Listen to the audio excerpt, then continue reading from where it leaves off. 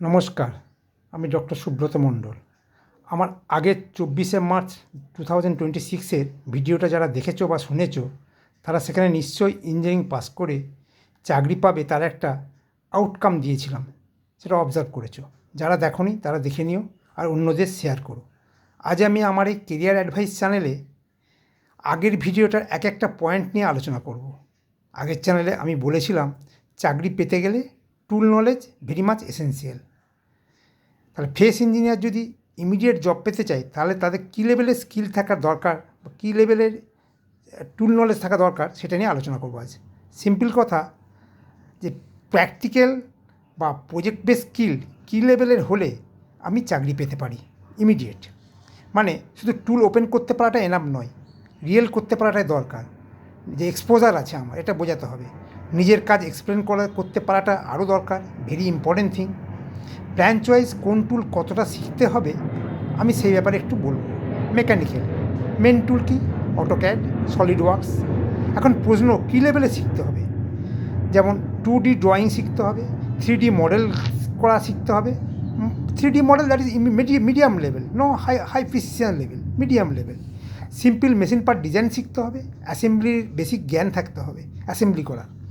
Example, আমি যদি বলি সলিড ওয়ার্কসের গিয়ার ডিজাইন করতে পারি এবং এটি যদি আমি কনফিডেন্টলি বলতে পারি, তাহলে আমার জব চান্স বেড়ে যাবে। ইলেকট্রিক্যাল বা ইলেকট্রনিক্সের main tool MATLAB, Proteus means electronic design automation. কী লেভেলে শিখতে হবে? সার্কিট বা সিমুলেশন করতে পারাটা শিখতে হবে, বেসিক কোডিং, ম্যাটল্যাব বা embedded.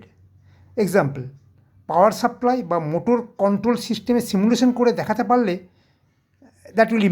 Recruiter will be impressed definitely. Computer আইটির ক্ষেত্রে কি মেন টুল কি? পাইথন, গিট। কী লেভেলে শিখতে হবে? কোডিং বা স্মল প্রজেক্ট বিল্ড করতে শিখতে হবে, গিট ইউজ করে কোড আপলোড করতে শিখতে হবে। যেমন এক্সাম্পল, লগ ইন সিস্টেম বা স্মল অ্যাপ বানাতে যাতে পারলেই রিক্রুটার কিন্তু ইমপ্রেসড হবে। সিভিলের AutoCAD tools, ETABS, there are number of tools. কী লেভেলে শিখতে হবে? Drawing plus basic building plan শিখতে হবে। 2 নম্বর, স্ট্রাকচারাল আন্ডারস্ট্যান্ডিং থাকতে হবে। স্ট্রাকচারাল আন্ডারস্ট্যান্ডিং না থাকলে অ্যাটলিস্ট সিভিলের চাকরি পাওয়া খুব কঠিন। গোল্ডেন রুলটা কি? যেটা দিয়ে আমি চাকরি পাবো, এটাই হচ্ছে গেম চেঞ্জার। 10টা টুল শিখতে যেও না, 1টা বা 2টো টুল স্ট্রং করো। কারণ jack of all tools means jobless engineer, 1 tool expert means hired engineers, they will get the job.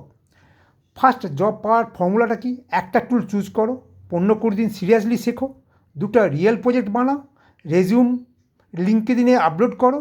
I think these are enough to start getting কলস। অ্যাওয়ার অফ মিস্টেক, কিছু mistake সম্বন্ধে অ্যাওয়ার থেকো। শুধু certificate collect করো না, এইটা training নিচ্ছ, একটা সার্টিফিকেট পাচ্ছ, ওইটা ট্রেনিং নিচ্ছ, একটা সার্টিফিকেট পাচ্ছ। It's not required. ইউটিউব দেখে সব শিখে যেও না, সব জানতে হয় করো না। কারণ নিজের হাতে প্র্যাকটিক্যাল না করলে এক্সপোজার হয় না।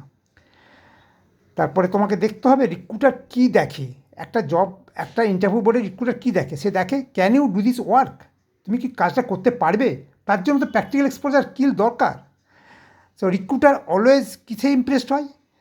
যদি তুমি বলতে পারো তাকে, স্যার এটা আমি নিজে ডিজাইন করেছি, স্যার এই প্রজেক্টটা আমি বিল্ড করেছি, স্যার এই প্রবলেমটা আমি সলভ করেছি, এটা যদি তুমি প্রমাণ করতে পারো, দেন সিলেকশন অলমোস্ট শিওর।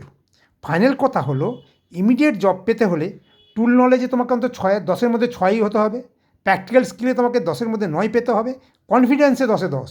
এর পরের ভিডিওতে আমি 30 দিনে একটা জব রেডি রোডম্যাপ করে দেবো টুল নলেজ সম্বন্ধে। আমি 30 দিনে জানি যে 30 দিনে এক্সপার্ট হওয়া যায় না, কিন্তু জব রেডি হওয়া যায় 100%।